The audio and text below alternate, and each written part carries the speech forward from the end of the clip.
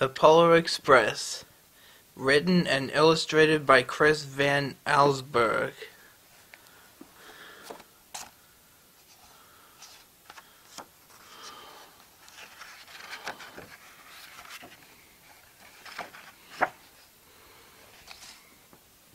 On Christmas Eve, many years ago, I lay quietly in my bed. I did not rustle the sheets. I breathed slowly and silently. I was listening for a sound a friend had told me I'd never hear, the ringing bells of Santa's sleigh. There is no Santa, my friend had insisted, but I knew he was wrong. Late that night, I did hear sounds, though not of ringing bells. From outside came the sounds of hissing steam and squeaking metal. I looked through my window and saw a train standing perfectly still in front of my house. It was wrapped in an apron of steam. Snowflakes fell lightly around it. A conductor stood at the open door of one of the cars. He took a large pocket watch from his vest, then looked up at my window. I put on my slippers and robe. I tiptoed downstairs and out the door. "All aboard!" the conductor cried out. I ran up to him. "Well," he said, "are you coming?" "Where?" I asked. "Why, to the North Pole, of course," was his answer. "This is the Polar Express." I took his outstretched hand, and he pulled me aboard. The train was filled with other children, all in their pajamas and nightgowns. We sang Christmas carols and ate candies with nougat centers as white as snow. We drank hot cocoa as thick and rich as melted chocolate bars.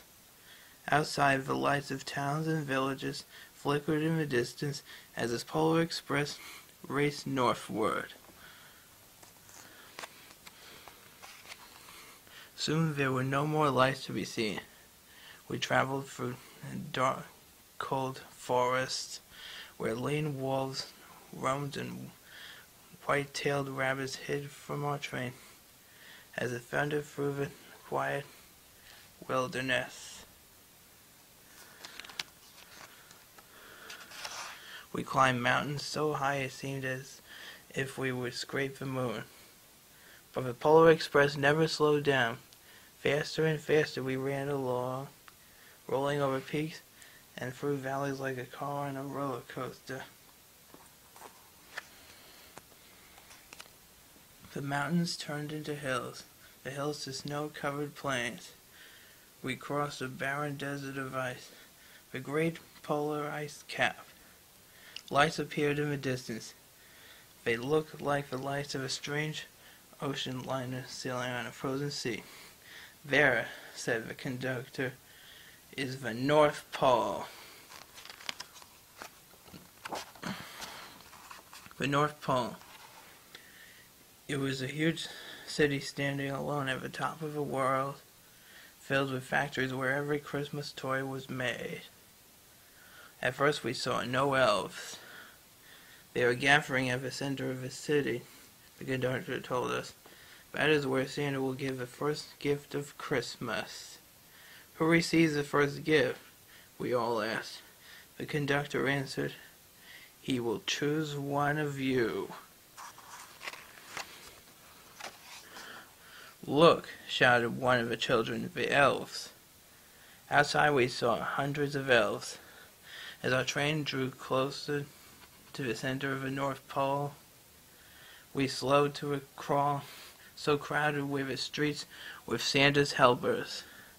When the Polar Express could go no farther, we stopped and the conductor led us outside. We pressed through the crowd to the edge of a large, open circle. In front of us stood Santa's sleigh. The reindeer were excited. They pranced and paced, ringing the silver sleigh bells that hung from their harnesses. It was a magical sound like nothing I'd ever heard. Across the circle, the elves moved apart, and Santa Claus appeared. The elves cheered wildly. He marched over to us and pointed to me, said, "Let's have this fellow here." He jumped into his sleigh. The conductor handed me up. I sat on Santa's knee and he asked, "Now what would you like for Christmas?" I knew that I could have any gift I could imagine, but the thing I wanted most for Christmas was not inside Santa's giant bag. What I wanted more than anything was one silver bell from Santa's sleigh. When I asked, Santa smiled.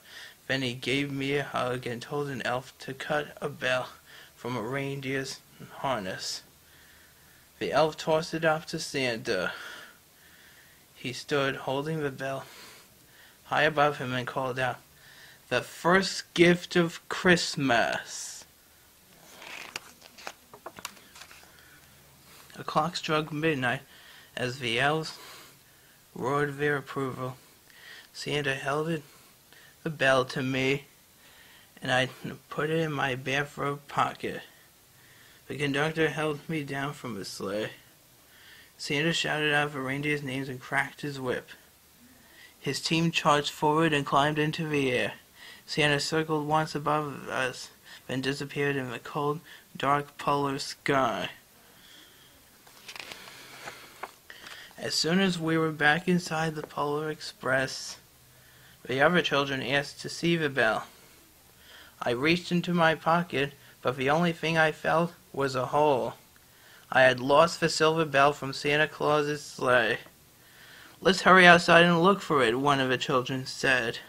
But the train gave a sudden lurch and started moving. We were on our way home. It broke my heart to lose the bell. When the train reached my house, I sadly left the other children. I stood at my doorway and waved goodbye.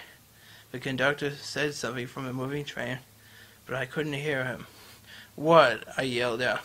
He cupped his hands around his mouth. "Merry Christmas!" he shouted. The Polar Express let out a loud blast from its whistle and sped away.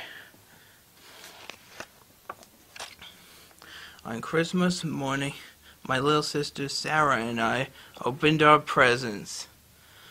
When it looked as if everything had been unwrapped, Sarah found one last small box behind the tree. It had my name on it. Inside was the silver bell. There was a note. "Found this on the seat of my sleigh. Fix that hole in your pocket. Signed, Mr. C." I shook the bell. It made the most beautiful sound my sister and I had ever heard. But my mother said, "Oh, that's too bad." "Yes," said my father, "it's broken." When I'd shaken the bell, my parents had not heard a sound. At one time, most of my friends could hear the bell, but as years passed, it fell silent for all of them. Even Sarah found one Christmas that she could no longer hear its sweet sound. Though I've grown old, the bell still rings for me as it does for all who truly believe.